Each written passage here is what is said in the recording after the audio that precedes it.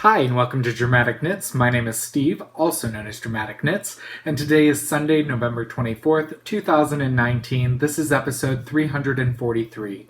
If you're a returning viewer, thanks for coming back one more episode, and if you're new, as always, I hope you enjoy the show, and you'll come back in the future. Remember, you can always subscribe via YouTube, which is where the show is now being hosted, but you can always find show notes and all episodes at dramaticknits.com. So, anyway, how have y'all been? It's been a little less than 2 weeks, but I'm back to record. I got everything put together after a not long day at work, but kind of monotonous. I'll talk about that in a little bit. But Andy and I came home a little bit earlier than a normal work day, and he is upstairs, I think, on the phone with his mom. And I'm going to record this, and if there's any interruptions or dog barking, life happens, right? So, the dogs are chilling on the couch. They were at work with us all day. So, they didn't do too much laying down, a little bit in the afternoon, so I think they're a little tired today. Anyway, I have a lot to show. I have some finished objects. I have a new cast on that I'm going to cast on tonight, so I want to show you that, as well as, contests and knit-alongs and giveaways and stash enhancements. So, what's been going on in the last week and a half since we last spoke? We went down to Texas for the East Texas Fiber Festival, and it was a pretty good time. It was about 12 and a half hour drive. The show was at a really nice kind of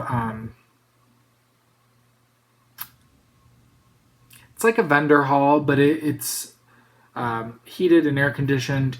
It's on it's almost like a state fairgrounds, but it's for a big monthly flea market, like the world's largest flea market, I think. But anyway, when we got there, there was an issue where they had originally put our booths. They had a stage set up on one side of the hall, and the way it went up, it went right up to our booth, so there would have been no walkway. So they were able to finagle, and they moved us actually to the front of the hall in between the two front doors, so it worked out really well. I actually liked the setup where we were after being moved, so it worked out, and we got to see some old and new friends. We got to see Diane, Suburban Stitcher, and we had dinner with her, as well as her friend, and the owner of the Modern Skein, who is Sharon, and her husband, James? Maybe? Sorry. We went to Mexico. It was really good. I had a good time just chit-chatting and getting to know each other and kind of talking business, but also personal life. We went to a great restaurant in their little town for lunch on setup day called Buttermilk's. It was really good. They're known for their country fried steak. I had country fried chicken. Yeah. So we left on, the show was Friday and Saturday. We got there. We stayed a little bit outside of there. Wednesday, we drove about 3.5 hours. Thursday morning, set up Thursday, vended Friday, Saturday. And Saturday night, we were like, okay, we're going to drive 2 hours to Texarkana, which is on the Texas-Arkansas border, so that we, could only have about 10 and a half hours to drive back on Monday or Sunday. We're about a half hour away from the grounds, and we were on a road that was 70 miles an hour, and we missed the turnoff for another road, and so we're turning around, and we get on the other road, and I kid you not even at half a mile down the road, which, mind you, it's dark, and Andy's driving, and he's, we're getting discombobulated with the GPS and each other, and so he's, bringing the van back up to speed, thinking it's still around 70 miles an hour. Next thing we know, we see cop lights turn on and turn up behind us, and turns out the speeding limit was 50. We were going 60, and so lo and behold, the cop was very nice, but we did get a ticket. I should say Andy got a ticket in Texas, so yay, there went some of our profit.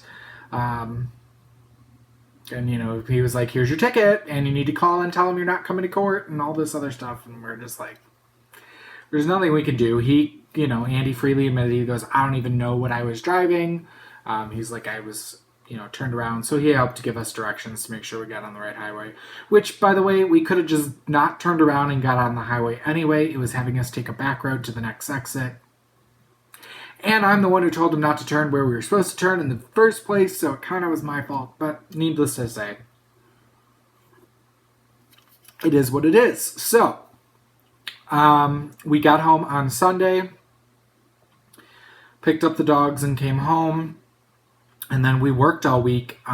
We had to get ready for 2 trunk shows, shipped trunk shows to shops in LA and Boston that are going out tomorrow. So we got those ready today, but we've been dying trying to do that. And as I also hinted at last episode, we are moving to a brand new website. So that's where a lot of my time is going. And on top of moving to a brand new website, I am also barcoding and giving inventory numbers to every item in our system. So it's taking quite a long time. It takes me about a day per base to go through, and I have to picture everything, assign it a SKU number, print off barcodes, but it will make life so much easier at in-person shows and for doing inventory, but it's just a lot of upfront work. But the good news is on our website, all inventory will be in one place now. So if you're going to leadingmanfiberarts.com, you're still going to our big cartel shop, which only has a few skeins, one of everything that you see pretty much. But with the new website, you will be able to see all of our yarn that is, that travels with us, and that, we have one-offs left over that kind of stay at the studio. So that's good news there. But yeah, we've just been working and trying to get some relaxing in on the evening. We had this weekend off, which was really nice. Granted, we both worked yesterday and today, but yeah, so got to take my day off this week, which was nice.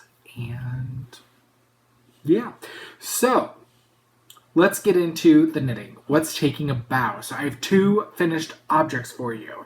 And they've both been on the needles for far too long. But the first one has been on the needles for like 4 months, and it's a this is why I shouldn't drink pop on the podcast, super bulky blanket.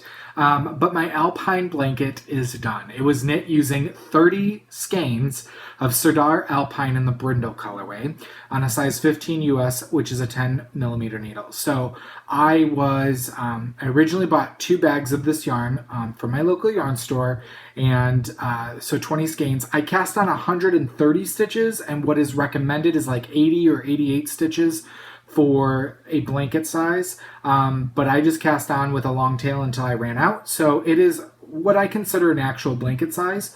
But with the 130 stitches, 2 bags did not give me a very tall blanket. So a kind viewer suggested checking out Daramore's over in the UK. They were having a sale, so I picked up another bag on the cheap, and I was going to only use like 5 more skeins, but I decided I have it on hand. Why not knit all 30 skeins into it? So this is all knit using garter stitch. I just magic knotted in all the new balls because it is a super fluffy yarn, but I am super happy with it. So if I drape the bottom edge on the floor, it comes up to there on me. So it is a nice width. So you can easily snuggle with 2 people under here if you want, or totally wrap yourself. I do have some mistaken stitches in there from when my needle broke on camera, and I had to pick up stitches on the super fuzzy yarn. So yeah.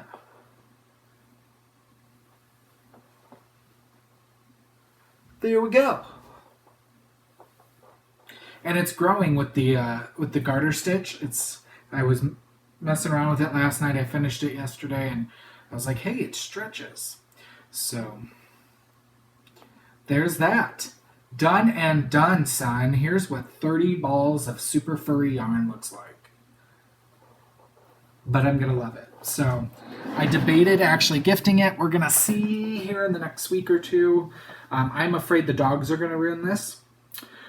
But I cleared a space on a little shelving unit we have at the end of our sectional, and I was like, okay, when we're not using it, we need to get up and fold it and put it there so that the dogs are not, doing their kneading thing and moving it into the perfect blanket. You know how dogs do, and then they circle around. And anyway, that's done. I've been wanting to get that off the needles, so I'm glad that that's done. The second thing is a brand new shop sample, and we'll have kits coming soon to the shop. I have patterns being delivered this week from my printer. Then I just have to dye the yarn. So the second thing I finished is my Stranger Strings wrap. This is by Julia Decker. I used Leading Men Fiber Arts Darkest Hour, which is the black, and then a Showstopper Gradient in the OMG Neons colorway, and then I added a 7th mini skein, which is Glow Stick, this kind of neon yellow green. And so here it is. And then that has garter in the middle, and it goes here. So, again, I'm going to be doing a lot of standing up today, but you can see it here. It did grow, again, because of all the garter, and it being merino and nylon and superwash. It did grow when I blocked it. Now, there are a lot of ends to weave in. What was my saving grace for this is, let me see if I can show you which ends have the... Yeah. So if I can show you here, what I do is I knit my ends in, both ends in as I go. So when I'm joining, so say here I'm going from the black into the purple, what I will do is I will knit double with the purple, holding it double for about 8 stitches, and then I will drop it. And what I will do is I will wrap the other end, say it was the black. Now I carried the black up through all this, but you can actually see it here. What I do is I wrap the tail over my working yarn, each stitch for about 8 stitches, and that knits it in as I go. Now some may say, well, that's not a really safe join and blah, blah, blah. You know what? It saved me so much time, and I knit them in while I went, and I don't have to get out a darning needle to weave them in, and it's my new go-to for whenever I have to change yarns. That is how I weave my ends in as I go. So I may do some breakout sessions at this at some of the retreats I'll be attending in 2020, because it doesn't take very long, but I think it is a good skill to have. So this kit in these colorways will be coming to the Leading Men Fiber shop here soon, but you need 7 mini skeins. I did have extra yarn left over, so anything 80 yards, I would say, or more, you will be fine. Ours are 92, and 2 skeins of a main color. So to complete the wrap. Now, you could also alternate your colors and do different things if you want to. That's perfectly fine, but figure about 1.5 skeins for the striping and 2 for the main color. That helps. So, Stranger Strings wrap. Done and done, son. I'm so happy to have that done. It's been blocked. I need to have Amanda model that for me. But yeah, super excited about that. So, all right, let's move into what's performing. So first up for me is my Plaid Please by Amy Miller. I'm doing this as a knit along with my local yarn store, Les Moutons Rouge Knittery in Bloomington, Illinois. And I'm using 3 skeins or 3 colors of Rowan Kid Silk Haze in Cream, Trance, and Candy Girl. And I am working on the section before the 6th of 7 stripes. So I'm in this white section, and then there will be a 6th stripe, which will mimic this one that I messed up with only the blue, pink, blue. And then there'll be a 7th stripe like this. So, 2/3 of the way there. Then you have to go through and follow a vertical line of stitches all the way up using a crochet hook and essentially duplicate stitching over with the pink to get the plaid lines. But it's just stockinette stitch with a lot of mohair silk. So I'm knitting that on a size 6 US 4mm needle, and I am using my signatures. I'm using the knit in method on these two. And I will cut these once I've blocked it. I'm kind of going to that method as of late. I never really have, but since I do so many shawls and wraps that really grow, or I want them to grow, and because of the new weaving in as I go method, I kind of want those tails to stretch as much as they need to before I clip them, which is the whole reason why you weave in your ends, but then you block it and then clip it after it's blocked. All right, next up is Riverine, and this is by Teresa Gaffey. This is a kit that, well, I put it together myself, but I bought the yarn and pattern at Wool & Company in St. Charles, Illinois, and I'm using 3 skeins of Shibui. The first one is Pebble, which I've finished using, Silk Cloud, which is their mohair silk, and then Seema, which is in another ball cozy that I have here. Ball cozy. But stay tuned for more information on those in the next few episodes, hopefully. But this is just a garter and stockinette wrap knit on the bias, and it allows the yarn's textures to really showcase. So the first part here was Pebble and Seema. The Pebble is in the stockinette, which I used all of that, and then you switch over to the Silk Cloud for the stockinette, and the Seema is the garter throughout. Again, I'm just knitting in my ends as I go, and I would say I'm probably 2/3 of the way done on this as well. These are 50-gram balls, so this is, you get a decent size project, especially after it's blocked, that is very, very light, because it's essentially only a skein and a half. And it is very airy and ethereal. That's knit on a size 5, maybe? I think that's a size 5, so a 3.75mm needle. And the last thing I have to show you is progress on my granny square blanket. So I did finish a whole nother row, and then I edged it, and I'm already like 5 squares into the next row. Of each of my rows are 15, and I'm going till it's 20 high, and then I'll assess if I need to add any more to that. I'm doing the join as you go method, which you can YouTube to figure out granny square join as you go. I'm using our Leading Men Fiber Arts Soliloquy, which is 100% superwash Blueface Leicester wool, to join as I go. I'm using undyed. I figure it has the best strength of all of my yarns to hold up as a joining yarn. And I'm using various scraps as well as mini skeins that I pick up all over at festivals. The actual blanket lives in this big basket from Ghana Crazy that I picked up at Shepherd's Harvest, not this year, but in 2018. A group of my friends got them, and you know what? I am easily persuaded into purchasing things. So let me see here. Here is the top where I am. All right. So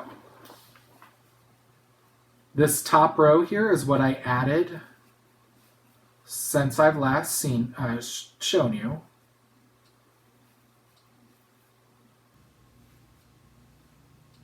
That's the, oh, sorry, I'm going backwards. I'm showing it to you backwards. These top 6 have been since I finished a row. So then the row below it now is the row that the completed row you haven't seen.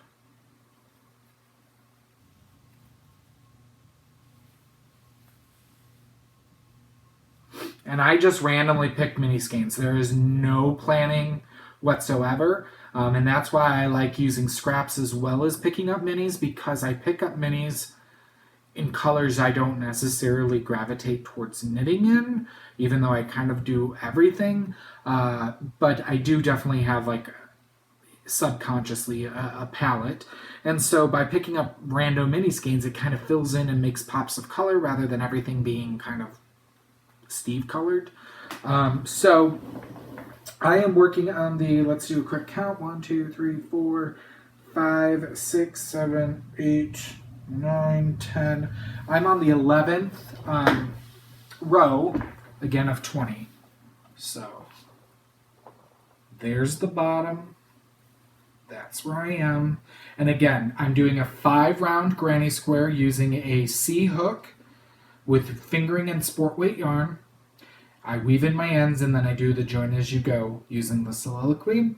And I love this of any scrap blanket I have seen and or attempted because I love the symmetry of the border. I feel like the colors need to pop with some sort of border, and I feel like the granny square holes aren't too big that you're sticking your toes or fingers through.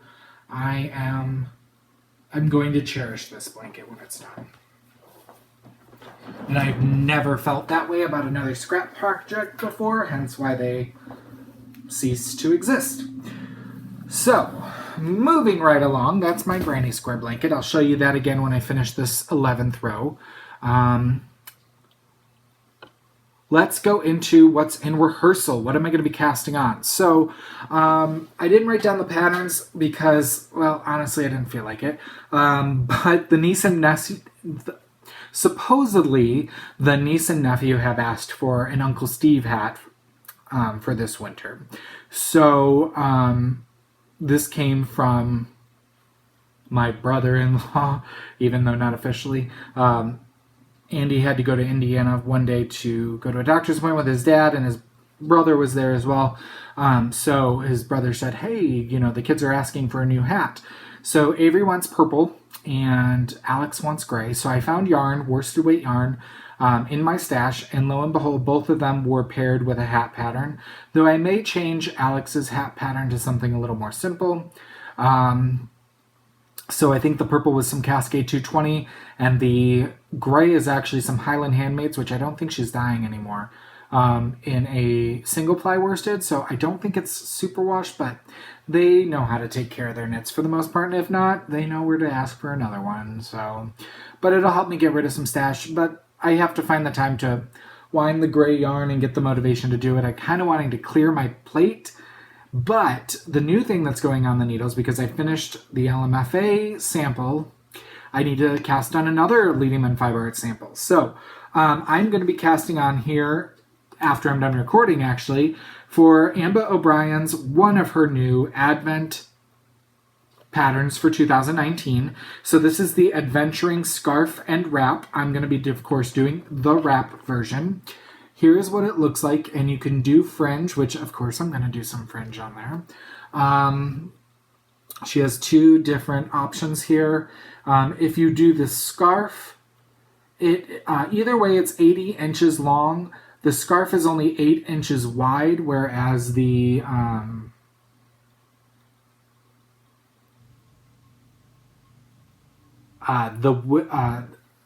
wrap is 18.25.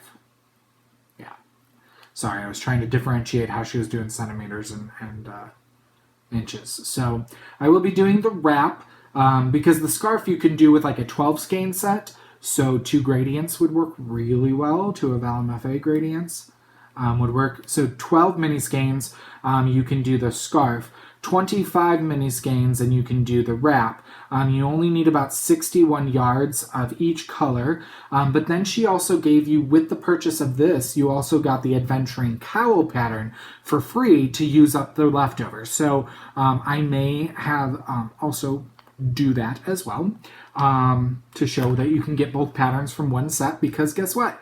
We will be kitting this up with our 2019 It's Not an Advent set, which, thank you so much. Those went on sale last Friday when we were in Texas, and they sold out in a matter of hours. We only had 24. We debated doing another round of them, but to be honest with you, we need to wrangle in our commitments at this point. So they will come back as adventuring wrap and cowl kits when I get the samples done. So yeah, I'm super excited. This is a super easy one. It's all just garter and eyelets with adding fringe. It's super mindless. It's just changing your colors. She came out with another pattern, which is a typical amba lace with garter on the bias, but that was set for an advent set that had 24 mini skeins plus a full skein on the 25th day, and our advent set is not set up that way, so that's why I did not choose that pattern. Plus, I wanted a different look. I didn't want something very similar to what we've already done, and I feel like this pattern lends itself to that. So what does our set look like? Well, it looks like this. So I curated these while we were vending at SAF in North Carolina. And, you know, while it's great to have all 200 of our colors available to me, I do much better. Sorry, I have like a mustache here in my mouth. I do much better when I have all the yarn in front of me, especially at shows. But, you know, we were a little low on stock-ish. But it narrows down my selection because I could choose everything, and you know I didn't want it to necessarily be a true fade or gradient type thing. So I put together some colors. Andy and I discussed it. We brought in the girls at Bumblebee Acres Farm. They helped me maneuver a few skeins around, and here is what we have. So yours came. It's Not an Advent came like this in a nice round in a bag with the card with all the colors, because again, it's not an advent. You're not paying for all the cute packaging. You're paying for just the yarn. So it kind of goes from these pinks and purples and mauves with a little bit of other colors thrown in, and then we kind of go into more fall colors and then more jewel tones into some more cooler colors at the end with some light soft colors on the end.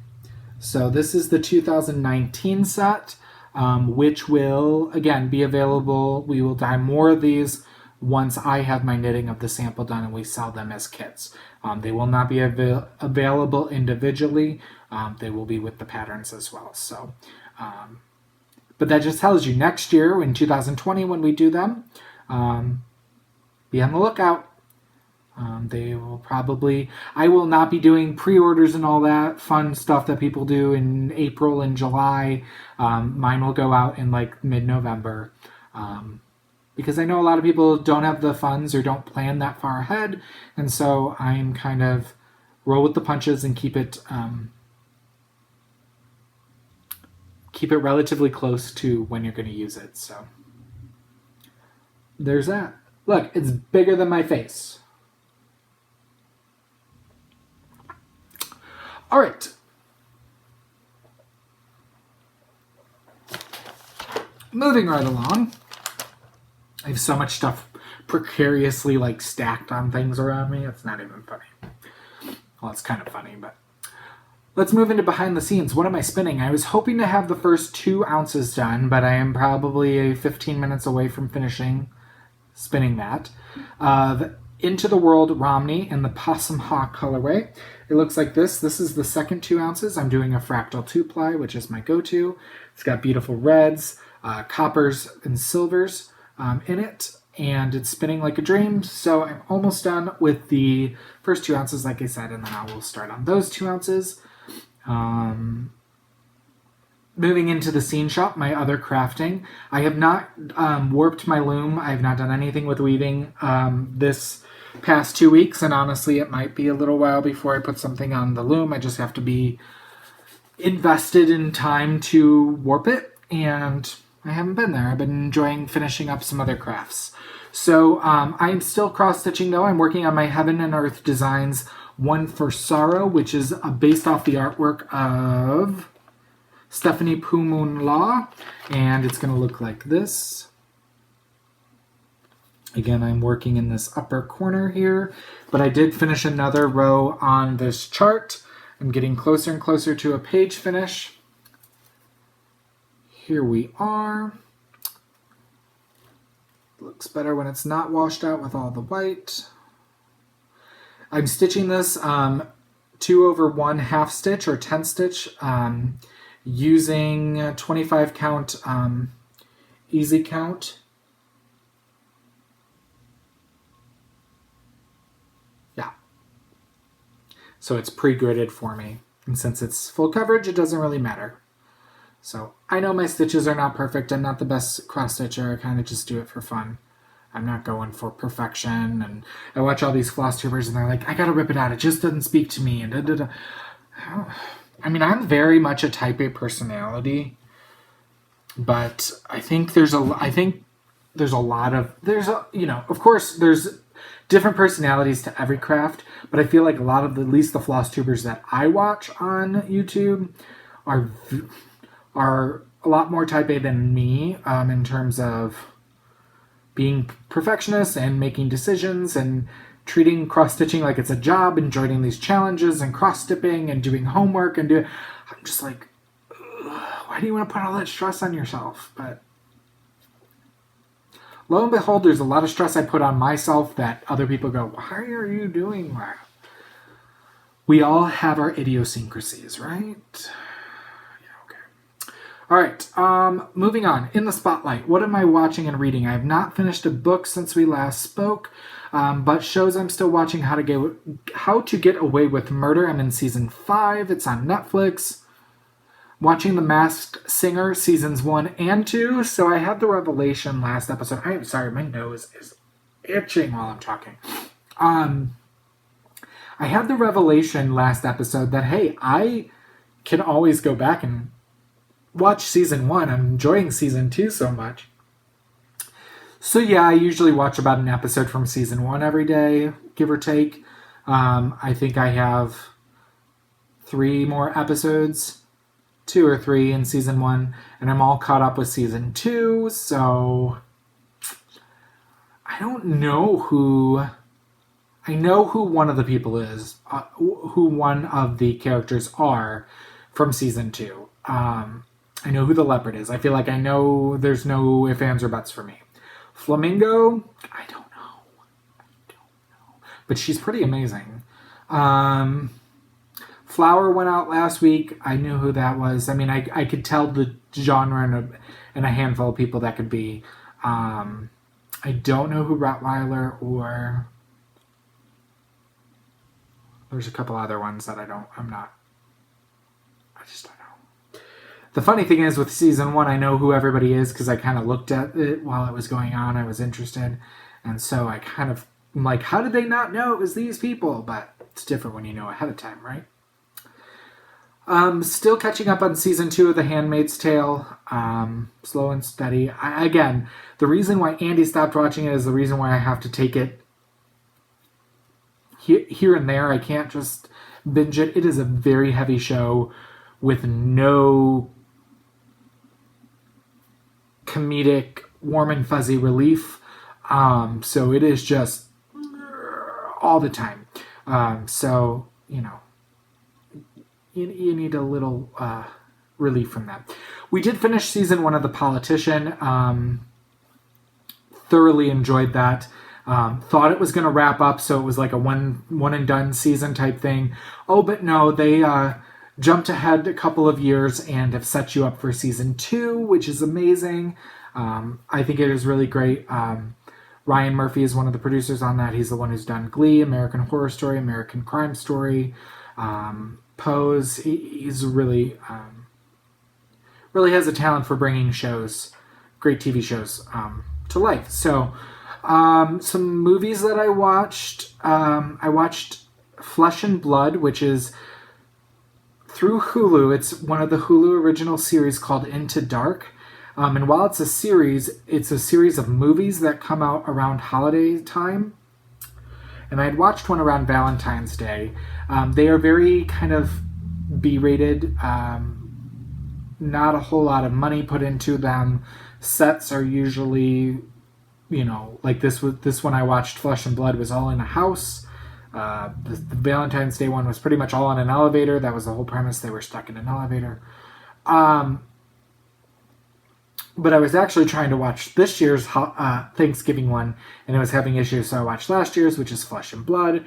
It's about a family, a mother, father, and daughter. You see them at Christmas or Thanksgiving 2017, and in 2018 you flash forward, and you find out that the mother has been killed, murdered in the last year, and due to that, the daughter has come on with agoraphobia and cannot leave her house. And so her father is trying to work and support her in recovering from that. But she soon then realizes that there may be more to the safety inside of her house than she thought, and it could easily turn into an imprisonment cell. So it was alright. I give it maybe 2.5 stars. I was wanting to throw on something suspenseful and slightly scary to craft to one night, and I did that. I had Andy pick out our movie last night, and I'm surprised actually that it took him this long to watch it. We watched The King, which is a Netflix original. It stars Timothy Chalamet. I don't know how to say his name. He was in another movie that got nominated for Academy Awards. He's a young kid. And it is based off of Henry V, specifically Shakespeare's Henry V. It was pretty good. You know, I wasn't had to watch it all the time. It was about 2.5 hours. The big thing that Andy had heard on his history podcast is, again, it's going with Shakespeare's story, not historical accuracy. So I guess that was kind of a big stinker for the historical snobs. But I enjoyed it. It was all right. It gave me an evening of entertainment. So yeah, that's what I've been watching and reading. All right, let's move into stash enhancement. So what is new? So I'm still working off of the market at Knitting at the Estate. I'm getting close to being done, but it will be done next episode. So I have 2 yarns to show you from the Knitting at the Estate market, but then I also wanted to show you non-yarn things. So the third thing is actually something that I picked up from a vendor that was a sponsor for the retreat, and she generously gave a coupon code to use in her shop, so I used that. And I had the pleasure of meeting her at the East Texas Fiber Festival this last weekend. So the next vendor I'm highlighting is Spotted Circus, and I got 2 things from her at the Knitting at the Estate market. I just was like, you know what? I have not been getting fiber. I have more fiber than I know what to do with, but this called my name. And this is 4.2 ounces of American-grown 18-micron alpaca and Starbright nylon roving. And it does not have a colorway name. I gave it some sort of colorway name on Ravelry, but it is kind of neon rainbows, so with some white peeking through. So it's alpaca and kind of a shiny nylon. And then I also picked up, because I'm kind of going for non-fingering weights as of late, because I have a lot of it, I picked up the Picure Mo Sparkle, which is a worsted weight yarn. It is alpaca, Cormo, and Firestar nylon. So it's the 2 alpaca and wool, and then Firestar, which is a little bit of sparkle. And this is 200 yards. Again, I don't think this had a colorway on it. But it kind of had the reds into the dark grays into the golds, so I picked that up from Elizabeth at Spotted Circus. And then next to her in the corner was Rembrandt Yarns. I had not heard of them before, nor met them, but they applied to vend the market, and I looked at their website, and they were able to vend with us. So I picked up a skein of their worsted, which is 100% superwash merino turn in 18 yards in the King of Wands colorway, which is this kind of dark scummy green with speckles of gold and dark brown. And here is their logo. They had a lot of soft pastel colors, and this was kind of the most masculine one that I found at their booth. And then the vendor who was a sponsor that I used a coupon code that they generously gave was from Magpie Wishes. And she does a lot of just different sewing bags and different things. This is actually a pattern keeper in this kind of aqua and gold and white pattern, sunflower pattern. And I'm using it to hold my riverine pattern on the outside, but it does have a clear vinyl pocket so you can put stuff on the front. And then because this is on cardstock, my paper was not holding as great as I would have liked, but there's magnetic board sewn into it, and then it has little magnets put on the corner of your paper, and then you can keep track of your pattern using the two magnets on here. And they are ruler fabric magnets, so if you need to measure, that makes it handy. And you can, excuse me, I'm sorry. You snap the strap back, and it will hold itself up on your desk. So, check them out. I will link to them on the show notes. That's Magpie Wishes. And they are on Etsy, I believe. And there's their logo. So, those are the featured vendors, makers for Stash Enhancement this episode. I had the pleasure of meeting a longtime fan and friend of the podcast and Leading in Fiber Arts. I've met her previously several times. In fact, she was one of my first sample knitters, but I got to see Cindy, who is now dyeing yarn. She is known as Stitch Nadi on Etsy, and she was vending right across from us, kind of across the main aisle at East Texas. And while chatting throughout the weekend, the last day, she's like, I want to give you some prizes for the podcast. So not only did she give us prizes for this episode's podcast and next episode's podcast, she also sent me home with 2 skeins of yarn, which you will see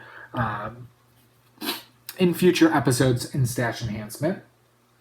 But she wanted to give the first prize a 2 skein duo, so you can make a shawl or something.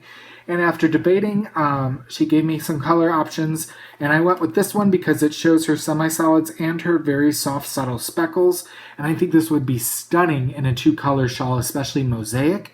But this is on her Tough Love sock, which is 463 yards of a 75-25 superwash merino nylon. The first one is in Stormy Sky, and the second one is Heliotrope. And so it looks like gray and this kind of magenta, but the gray has such subtle magenta speckles in it.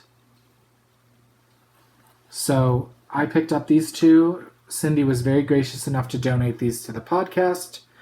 So to be eligible for these are this episode's giveaway. You must go to the Dramatic Knits Ravelry group. You must be a member of the group to be eligible, and only 1 post per person, please.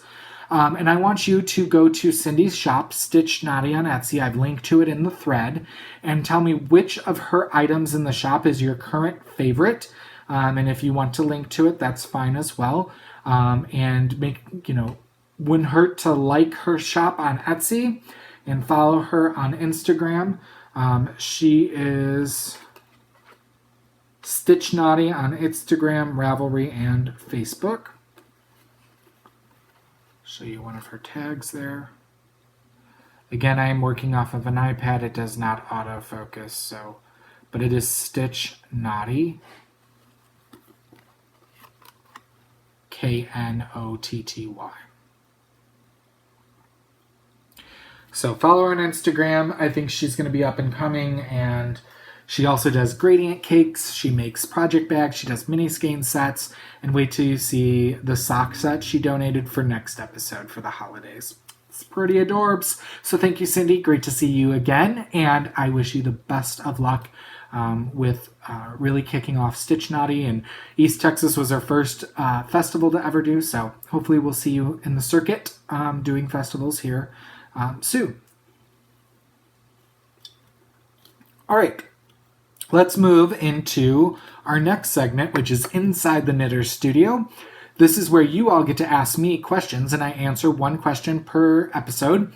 And we do have a Q&A thread which is stickied at the top of the Dramatic Knits podcast group on Ravelry. And I just go through in the order that they come in. So this episode's question comes from DG White, who's Denise, who came to the Knitting at the Estate retreat and was also the wonderful organizer behind our Operation Chemo Comfort hat drive that we did this year. She asked, I see that you knit quite a bit with Leading Men Fiber Arts. Do you have any bucket or wish list yarn bases you want to try? And then the second question is, what is your favorite project to date and why? Thank you, Denise, for the question. So I do like to always have something on the needles in my own yarn. While I do farm out a lot of samples to wonderful sample knitters that I've gotten to know throughout the years that Leading Men Fiber Arts has been around, I do feel that it is important that I do knit something at all times so that I can speak very informatively about some of the samples, and I can speak pretty informatively about most of them. I can look at the pattern and kind of talk about the yarn and things like that. So I do always have something on the needles on my own yarn. In terms of bucket list yarn bases that I'd like to try, I've knit with 100% cashmere, so that was pretty nice. That was kind of a bucket list, but if you've been a long time viewer, you know how I acquired some Plucky Knitter pure cashmere and I knit a wrap out of 8 skeins of it, which, by the way, Andy's mom loves and uses every day, so it was well worth it. I might want to try the Kiviat yarn, just to say I've tried it, but I'm not willing to spend that kind of money on it, to be honest.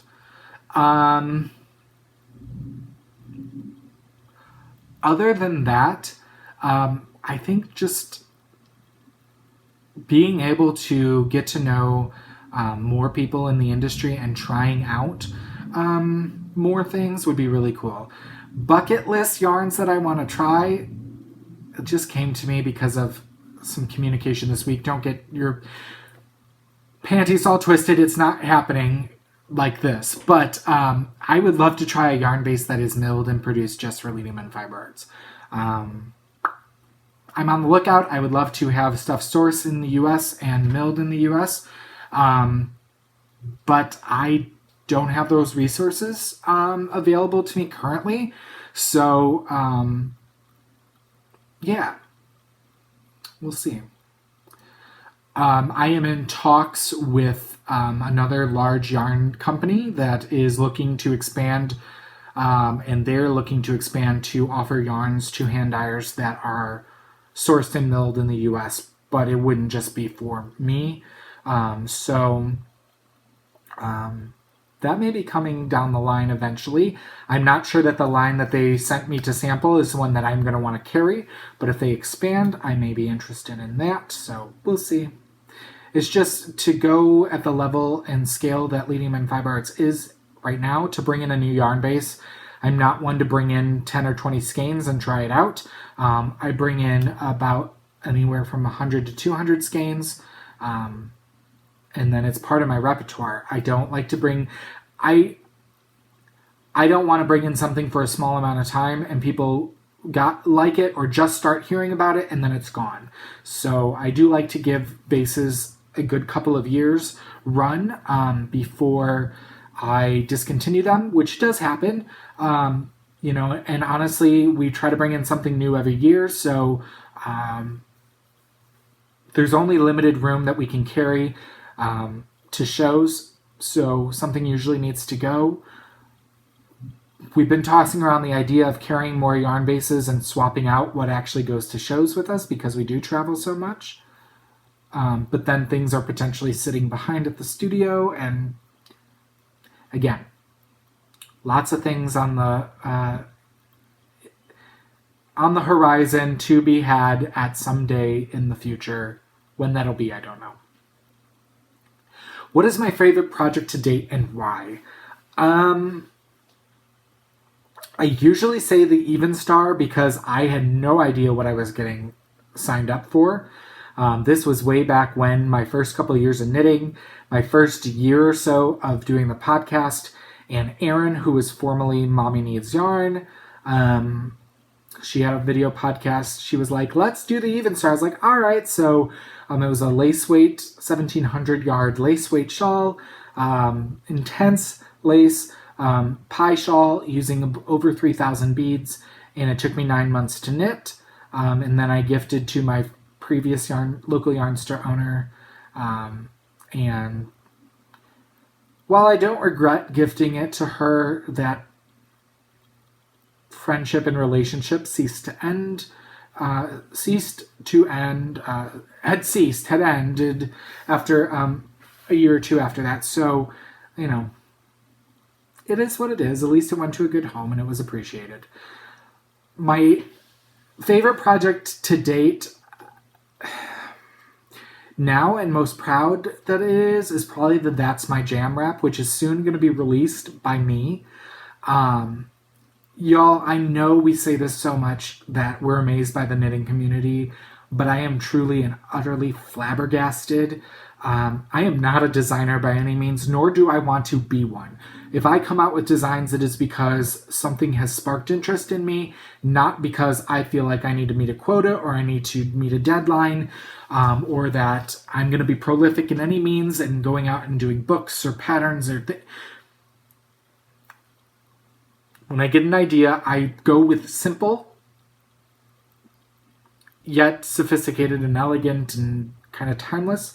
So I came up with an idea that I wanted to incorporate lace, gradients, garter stitch, and some beads for flair, and I designed the That's My Jam wrap, which I'm hoping to release at the beginning of December.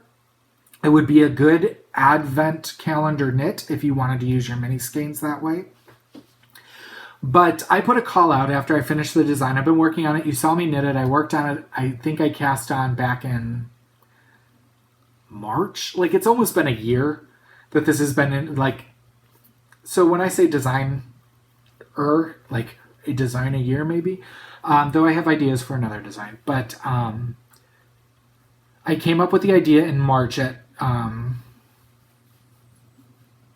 in Pittsburgh. What's that show called? I want to say Indie Knit and Spin, but we don't do that.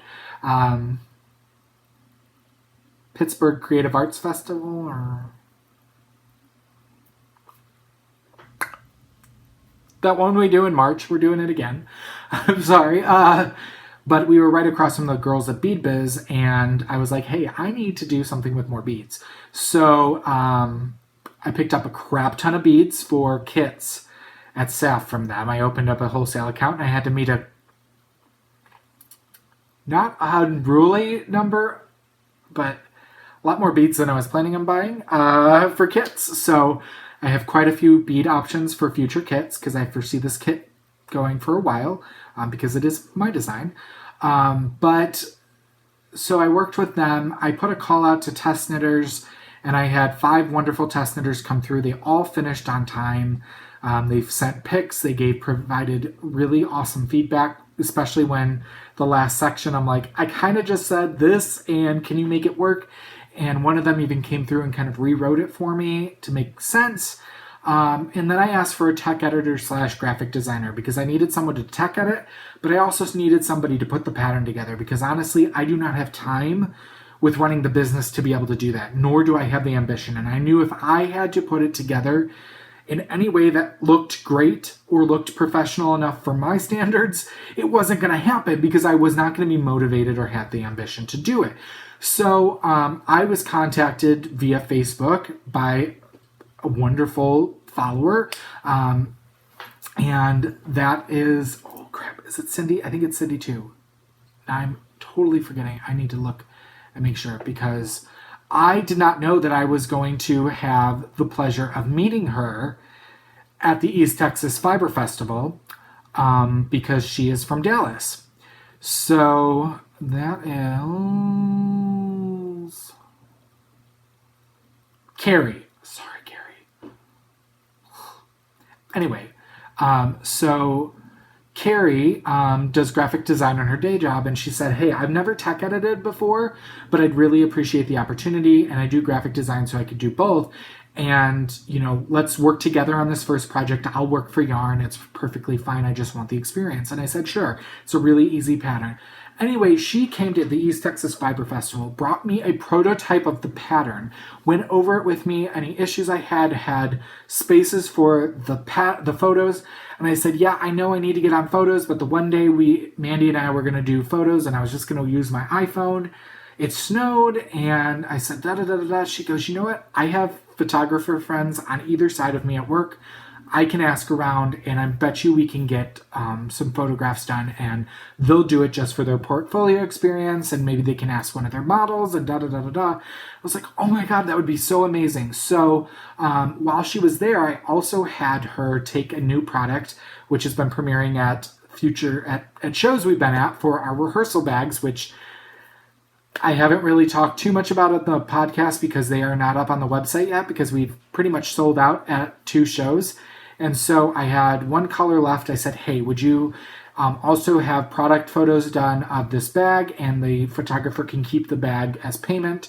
And they said, absolutely. She already talked to one of her coworkers and somebody she knows, and she said her husband actually would do the photography and that she'll keep the bag and it'll be perfect.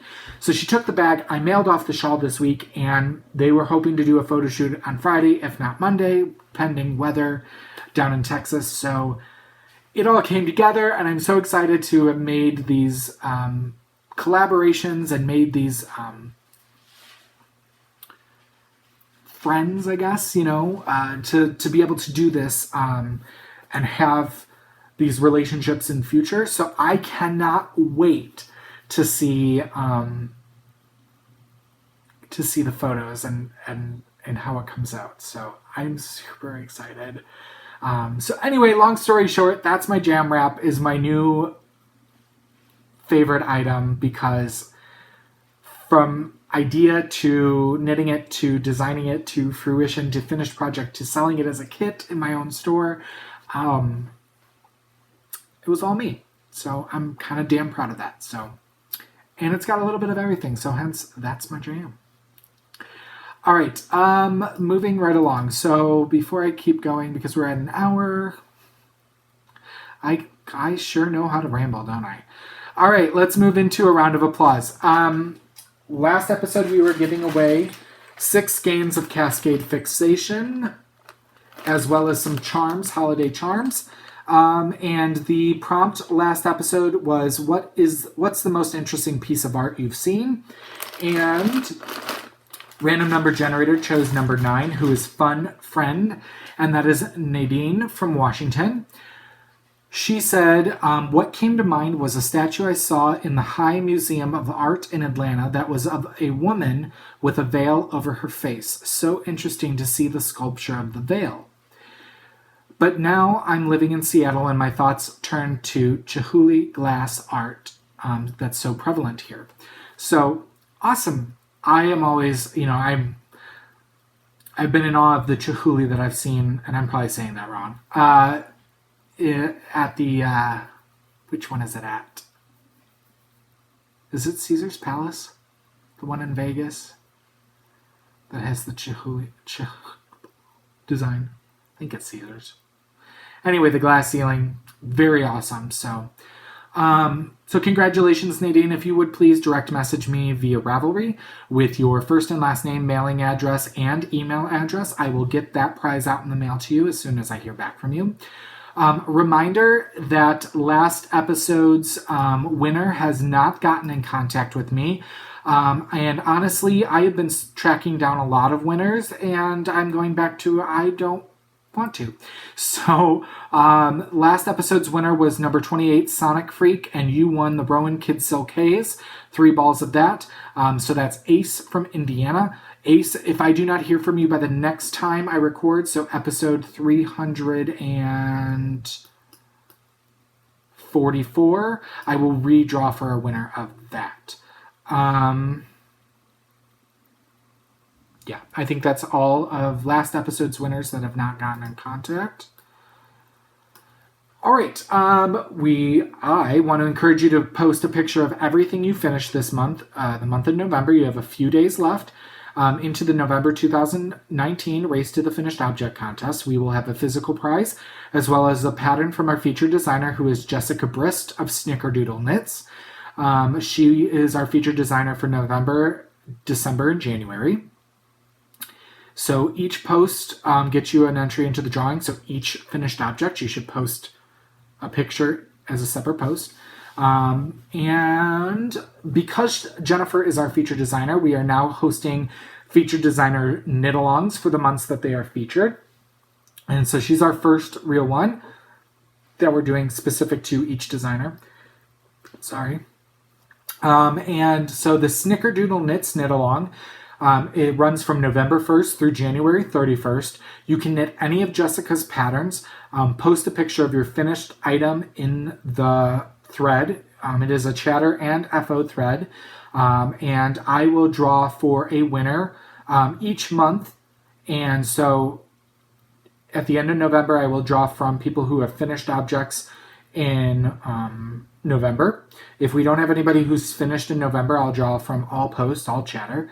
And then at the end of December, I'll draw another winner, and people who finished in November and December will be eligible to win. So even if it's not like each month is separate, it's cumulative, if that makes sense. And then at the end of January, we will pull a winner for November through January. I'm being inundated with lots of wonderful prizes from knitters and crafters and makers, and I want to give those away to people. So because I've been lacking in knit-alongs this year, I figure this is a good way to continually give away something every month as well. So check it out. And you can do multiples of the same pattern. So if it's a quick something simple, post a picture of each thing that's finished. If it's a hat, you can knock out 6 hats in the month. Post 6 separate, posts into there. That'll get you entered. All right, moving center stage, all things leading men fiber arts. First up, I want to show you December's colorway because I will not be seeing you again until a week into December. So next week, December 1st, our December colorway will go live. This month's colorway is called Krampus, keeping with the holiday theme, but it's a little dark and moody, so we're going a little dark holiday themed. And here it is. So this is a very rich and saturated color. It is saturated. It's kind of a tonal with highlights. It's greens with highlights of kind of a Caribbean blue.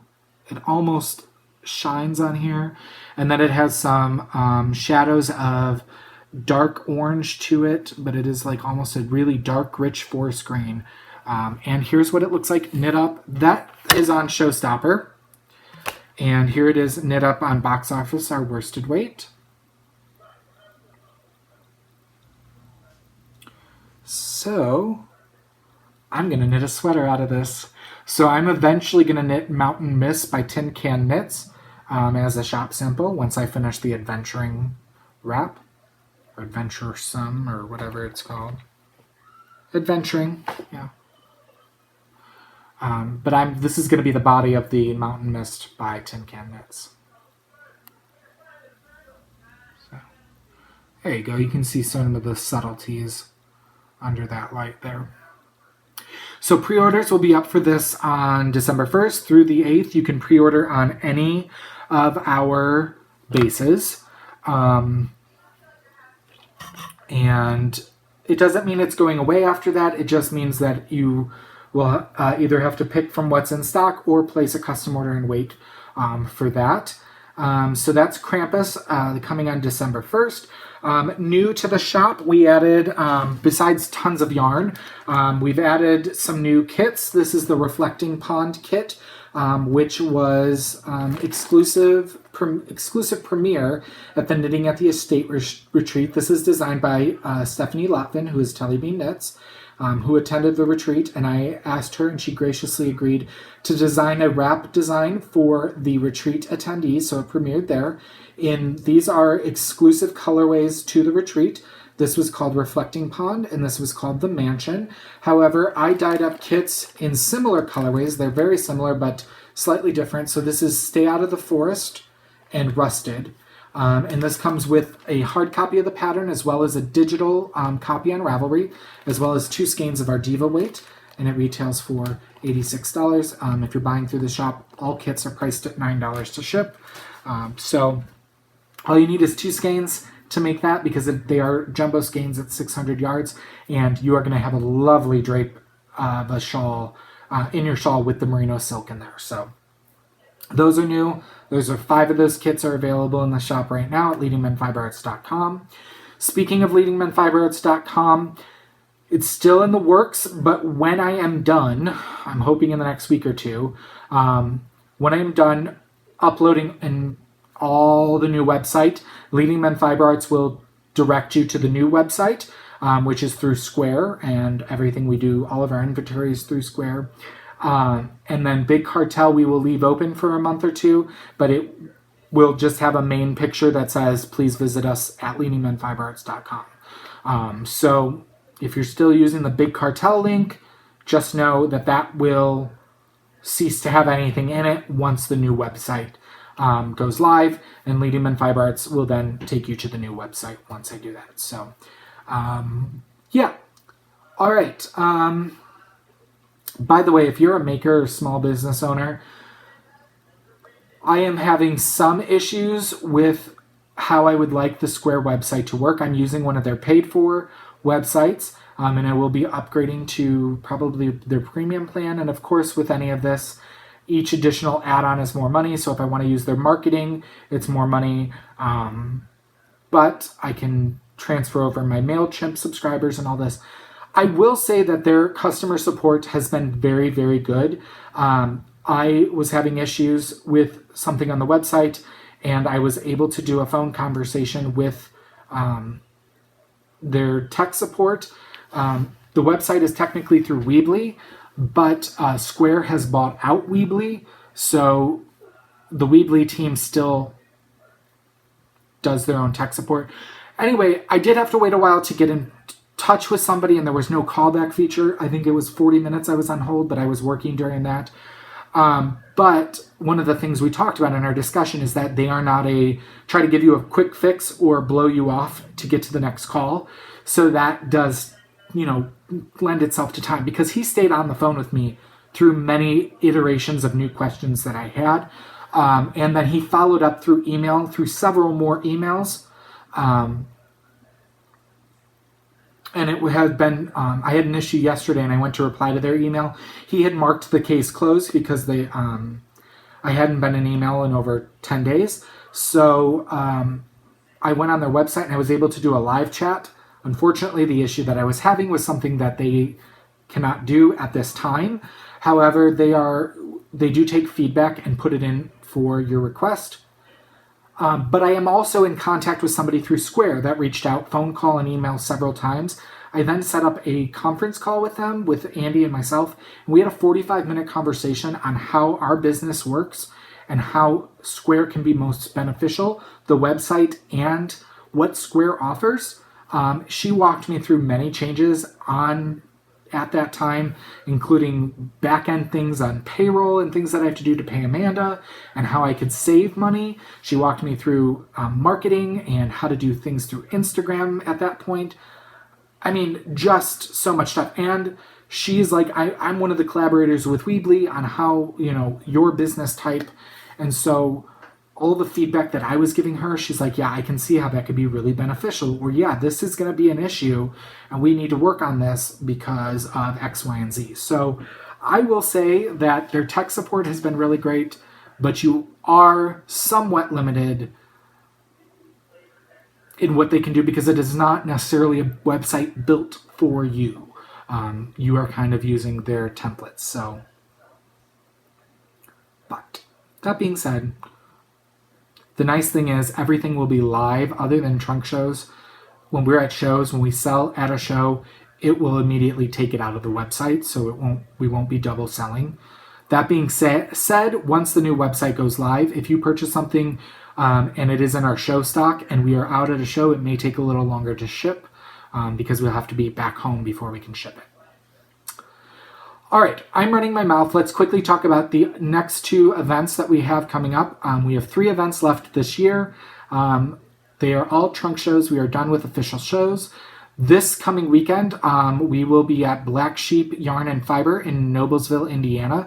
This is, I believe, our 4th trunk show with them. We go every 6 months. It is one of our best, if not the best, trunk show we do. We cannot say enough about the crowd that comes out and supports us there. We will be there setting up on Black Friday, but the trunk show will be from 10 to 5, I believe is their hours, on November 30th. That is Saturday. So come out, say hi, come visit us. I will be probably working on my adventuring wrap, so you can see that in all of its glory. And of course, you can come and shop all of our wares, our new kits, and things of that nature as well. And then the following weekend, we will be setting up a long-term trunk show at our local yarn store, Les Moutons Rouge Knittery in Bloomington, Illinois, for their annual event. It's also known as the best day of the year, the greatest day of the year, which is Hand-Dyed Holiday. The official date of that is Saturday, December 7th from 10 a.m. to 4 p.m. On that day, she brings in over 10,000 skeins of hand-dyed yarn. She is also bringing in other vendors this year. Most of them are mailed trunk shows. We will be in person, but we will be keeping our trunk show there from Saturday the 7th through the 14th. I will come back and pick that up. She is also hosting the girls of Black Cat Fibers, Anna and Antoinette, whom I love and recommended. So I'm so glad they're coming down. They're going to be staying with us. Crap, we're going to have to clean our house a little bit more. But they're staying with us for the night or 2 nights. They're coming down from Milwaukee. They are also hosting mailed trunk shows from Murky Depth Dye Works, whom I got to see at India Untangled, and I have some yarn from them still to show you. Trunk shows from Bertie Parker, whom I've showed jewelry from, who do amazing stitch markers and things of that nature. Wonderland Yarns, they'll have shipped in trunk shows. Stitched Together Studio. I mean, there's going to be so much yarn that she actually closes down on Friday just to set up the shop. So if you can come out on December 7th to see Black Cat Girls and myself, maybe I can get Andy to come for that day. We'll see. It's going to be very tight in the store. But if not, you can always come in the week following. She will still have the mailed trunk shows as well as our trunk show. So then on the 8th, I'll be recording again, and I'll tell you about our last trunk show, which is the weekend before Christmas. And and show you my progress. So thank you so much for sticking with me for this long. Again, I tend to ramble. I'm rambling so long that my blood sugar is going down, so I need to get a snack. And I can't wait to see you all at these upcoming trunk shows. And if I don't, I hope that you have an amazing 2 weeks and that your Thanksgiving, if you do anything for that, is amazing. We're hosting my mom and my sister, and we're all kind of kicking in this Thursday. We're going to take the day off, and my day off is on Wednesday, so that'll be cool. I might have 2 days off. I might not take Wednesday off because I'm rambling again. Anyway, I hope you have a great Thanksgiving, and I hope you are acclimating to the cooler weather if you're in the Northern Hemisphere. And until I see you again in about 2 weeks exactly, boy, I'm crazy. I'm crazy, and I hope you knit something dramatic.